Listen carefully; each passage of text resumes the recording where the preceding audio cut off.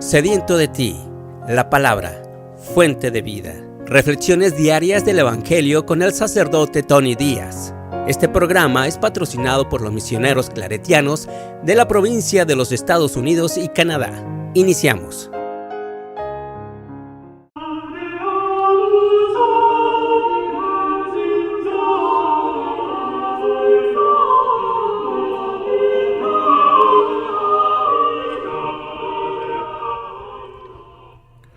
Bienvenidos hermanos a nuestras reflexiones del Evangelio del día. Nuevamente felices Pascuas.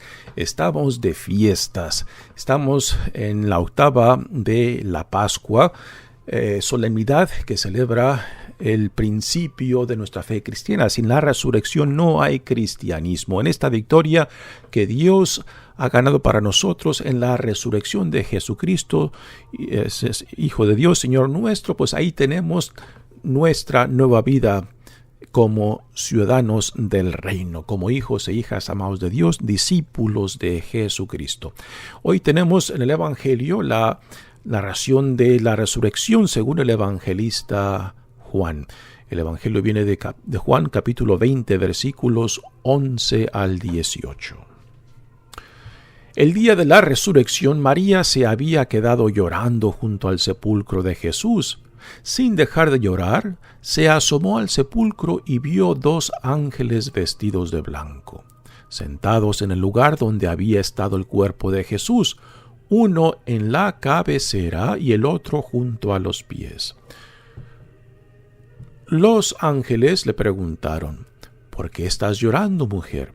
Ella les contestó: porque se han llevado a mi Señor y no sé dónde lo han puesto.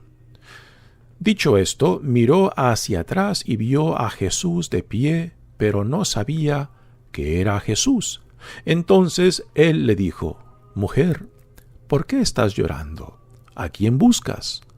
Ella, creyendo que era el jardinero, le respondió: Señor, si tú te lo llevaste, dime dónde lo has puesto. Jesús le dijo: María. Ella se volvió y exclamó: Rabuní, que en hebreo significa maestro. Jesús le dijo: Déjame ya, porque todavía no he subido al Padre. Ve a decir a mis hermanos: subo a mi Padre y su Padre, a mi Dios y su Dios. María Magdalena se fue a ver a los discípulos para decirles que había visto al Señor y para darles su mensaje. Palabra del Señor. Muy bien, demos comienzo a esta reflexión del Evangelio de hoy, que viene del evangelista Juan, y aquí está el encuentro de María Magdalena con Jesús. Una de las cosas que parece ser clara y muy evidente en la historia del cristianismo, de que el testimonio de aquellos que han vivido una gracia impresionante tanto del perdón como del amor de Dios, son los que dan un testimonio bellísimo, claro y evidente ante otros, ¿no? Es el caso de los grandes pecadores que después de convertirse se convierten en los más fieles colaboradores con Cristo de la buena nueva. No es el caso de San Pablo, que fue alguien que persiguió a la iglesia y que después de su conversión pues pasó de ser un perseguidor a ser perseguido él mismo por la causa de Cristo. Es el caso de María Magdalena, si es esa misma María a la quien Jesús sanó de varios demonios, nos dice el evangelista Lucas, ¿no? O también, por ejemplo, un San Agustín que vivió una vida a su gusto antes de convertirse, y después de su conversión pues pasa a ser uno de los pilares fundamentales de la iglesia de los primeros 3 siglos, ¿no? De los padres de la iglesia, quien dejó una huella muy profunda en el cristianismo. O también como un San Ignacio Loyola, ¿no? Un soldado que después de su conversión pues pasa a convertirse en un soldado de Cristo, con esa misma pasión y empuje de su vida previa como militar, ¿no? Ahora militando por Jesús y fundando esta bella sociedad religiosa de los jesuitas. Pues cuando la experiencia de conversión del antes y después de Cristo es una experiencia transformadora, el testimonio después de Cristo, entonces se vuelve mucho más profundo, mucho más impactante cuando esa persona, hombre o mujer, pues vive el después de este encuentro con Cristo. Y yo creo que este es el caso de María Magdalena. Dice, el día de la resurrección María se había quedado llorando junto al sepulcro. Sin dejar de llorar, se asomó al sepulcro y vio dos ángeles vestidos de blanco sentados en el lugar donde había estado el cuerpo de Jesús. Recordamos que María Magdalena, al día siguiente de la sepultura de Jesús, pues va a la tumba, quizás con las otras mujeres, para preparar el cuerpo. Recordamos que no fue preparado el cuerpo de Jesús apropiadamente antes de ser enterrado.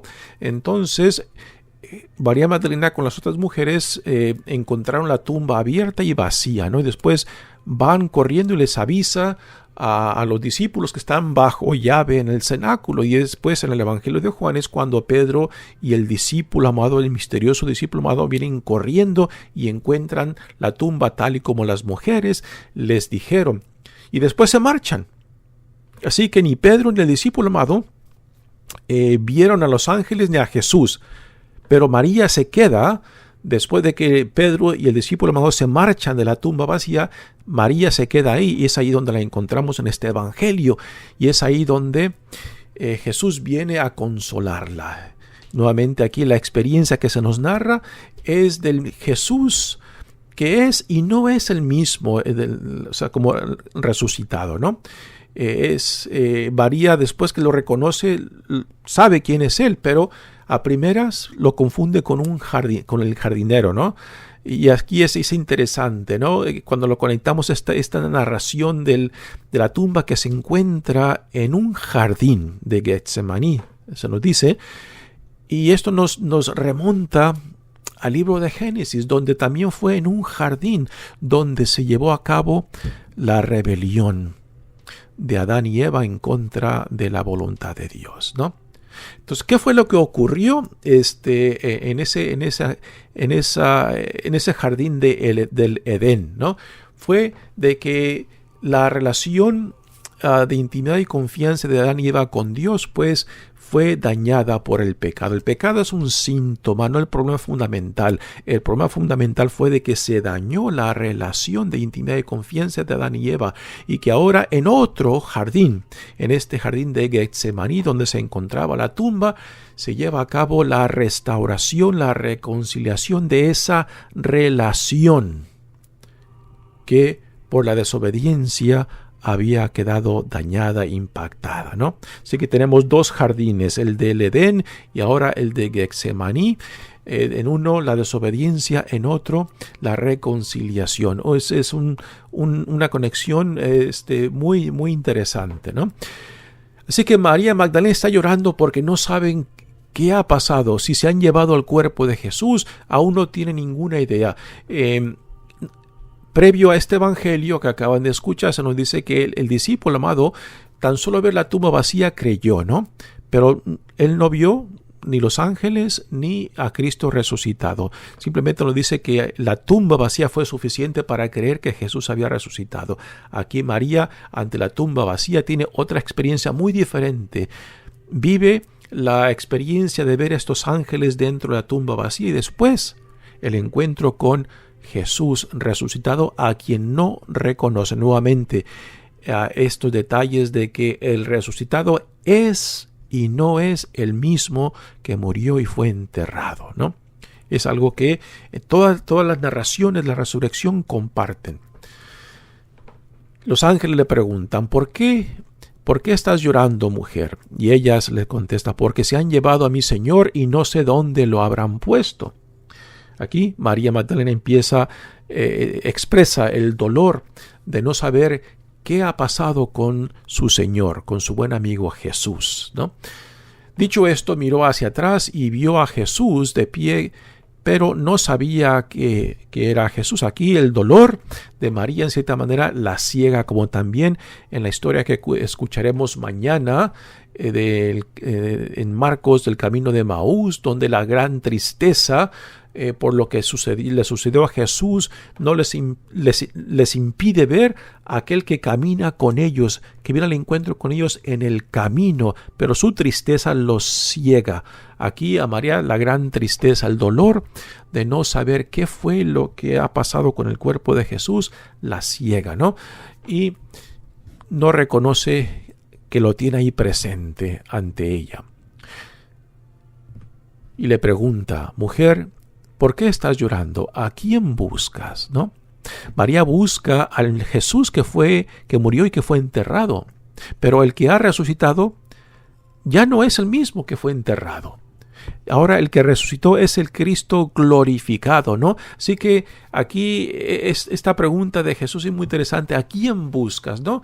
Porque todos tenemos nuestras propias ideas e imágenes tanto de Cristo como de Dios, y a veces estas ideas o imágenes tanto de Cristo como de Dios nos pueden ayudar a nuestro acercamiento, pero porque son nuestras ideas y nuestras imágenes, tarde o temprano esas mismas ideas e imágenes tanto de Cristo como de Jesús se van a convertir en un obstáculo, porque vamos a querer reducir a Jesús y a Dios a lo nuestro, ¿no? Y esto, a últimas, siempre nos va a frustrar y nos va a meter en problemas, porque a Dios se le tiene que recibir, a Dios se le tiene que seguir como Él quiere manifestarse, no como nosotros lo queremos. Y aquí es el problema de María Magdalena. Busca al Jesús que murió y fue enterrado, no al Jesús que ella conocía, pero ahora el Cristo resucitado no es el mismo que el Jesús que fue enterrado. Así que es una dinámica muy interesante que nos puede también a nosotros iluminar mucho el porqué de nuestras frustraciones, el porqué de nuestras dificultades, de nuestra relación con Cristo y Dios, porque a veces queremos forzar tanto a Cristo como a Dios a nuestras ideas, a nuestras imágenes. Y esto no lo podemos forzar. A Dios lo tenemos que recibir en la manera que Él quiera venir a nosotros, quiera manifestarse en nuestras vidas, y no simplemente a como nosotros lo queremos, ¿no?